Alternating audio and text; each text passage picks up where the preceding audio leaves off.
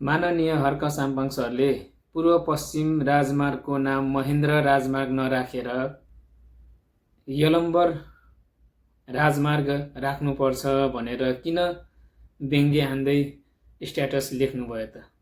किनभने नेपालको इतिहास सुरु भएदेखि नै पहिलो राजा भनेको नेपालको नै यलम्बर हुन्। धेरै मानिसहरूले पुष्टि गर्नुभएको छ, हैन भने यो कुरा सुन्नुहोस्। हर्क साम्पाङको वंश र भीम उपाध्यायको वंश कहिले को चाहिँ यहाँनिर पहिले हो भन्दा सोद्धाखेरि धेरै 100 वर्ष पछाडि भीम उपाध्यायको वंश यहाँ आएको छ क्या नेपालमा।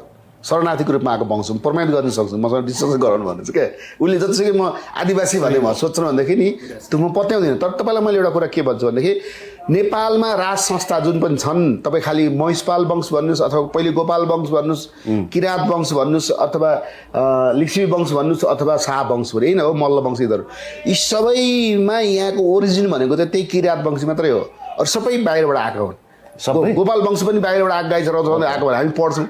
महिषपाल वंश पनि त्यो महिष चराउँदै हडा गरे भयो। त्यस पछाडि किराँत त यहाँ हो, तर किराँत पछि लिच्छवी वंश पनि उताबाट भागेर आएका, इन्डियाबाट त अहिले पनि त्यहाँ छ उनीहरूको ठाउँहरू क्या। शाह वंश पनि पछि उताबाट आएका हुन्, फेरि त्यो पनि ठाउँ छ अहिले, उता पनि त्यहाँ छ, तपाईँले यहाँ पनि इन्डियामा पाउँछ। अब यो सबै बाहिरबाट आएको नि, एउटा किराँत मात्रै यहाँ आएको नि। त्यसैले किराँत चाहिँ अर्ग्यानिक हुन् क्या नेपालको बासिन्दा भनेर मैले बारम्बार भन्दा मसँग उछिटो काट्छन्। अब कुरा सुन्नु भएन तपाईँहरूले? हर्क साम्पाङले चाहिँ व्यङ्ग्यमत तरिकाले एउटा स्ट्याटस अहिलेको प्रधानमन्त्रीज्यूलाई लेख्नु भएको थियो। यसलाई अन्यथा मान्नु हुँदैन। अब जे गर्नुहुन्छ अहिलेको सरकारले गर्नुहुन्छ र उहाँको भनाइ पनि सुन्नुहोस्। यलम्बर को थिए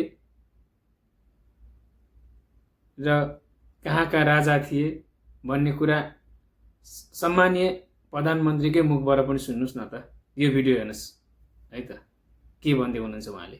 जसरी यहाँ किराँतहरूको राजा यलम्बरलाई यहाँ चाहिँ राजा मानिन्छ, हाम्रो काठमाडौँमा भगवान मानिन्छ आकाश भैरव। यलम्बर राजा हाम्रो लागि चाहिँ भगवान हो। उपत्यकामा काठमाडौँमा चाहिँ आकाश भैरवको रूपमा हामीले यलम्बर राजालाई भगवान मान्छौँ, किराँतकै पहिलो राजा। ललितपुरको नेपाल भाषामा त नाम नै यल हो। यल भनेको यलम्बरको राज्य। त्यही आधारमा त्यसको एउटा प्रतिमा ल्याएको छु। उहाँलाई टक्राउँदै तपाईँहरूलाई शुभकामना दिँदै बिदा हुन। यो भिडियो हेरिसक्नु भएन? यो भिडियो हेरेपछि तपाईँहरू नै अब भन्नुहोस्, हर्क साम्पाङ सरले भन्नुभएको कुरा सही हो या त अहिलेको सम्मानीय प्रधानमन्त्रीले भन्नुभएको कुरा सही हो? बात त सही है। त्यही भएर हर्क साम्पाङ सरले त एउटा व्यङ्ग्य मात्रै हान्नुभएको। तपाईँहरूले नाना थरी गाली ग्लोज गर्नुपर्ने, नाना थरी भन्नुपर्ने यो आवश्यकता छैन। किनभने यो कुरा त धेरै जसो विश्लेषकहरूले पनि भनिसक्नु भएको छ। साथै अहिले हाम्रो प्रधानमन्त्रीज्यूले पनि भनिसक्नु भएको छ पहिलो राजा भनेकै यलम्बर थियो भनेर। त्यसैले यसमा चाहिँ नाना थरी टिका टिप्पणी नगरौँ हैन। हर्क साम्पाङ सरले चाहिँ एउटा व्यङ्ग्य मात्रै हान्नुभएको। हर्क साम्पाङ सर भनेको देश र जनताको लागि सधैँ अगाडि बढ्ने मान्छे हो। उहाँले राजा महेन्द्रको नाम हटाएर यलम्बर नै राख्नुपर्छ भनेर चाहिँ जबरजस्ती पनि गर्नुभएको छैन।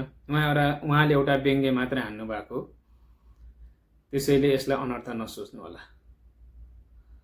जे गर्नुहुन्छ अहिलेको सरकारले गर्नुहुन्छ, सरकारको निर्णयमा हामीले छोड्नुपर्छ। किनभने सरकारले जे गर्छ हामीले स्वीकार्नुपर्छ। भिडियो हेरिदिनु भएकोमा सबैलाई धेरै धेरै धन्यवाद।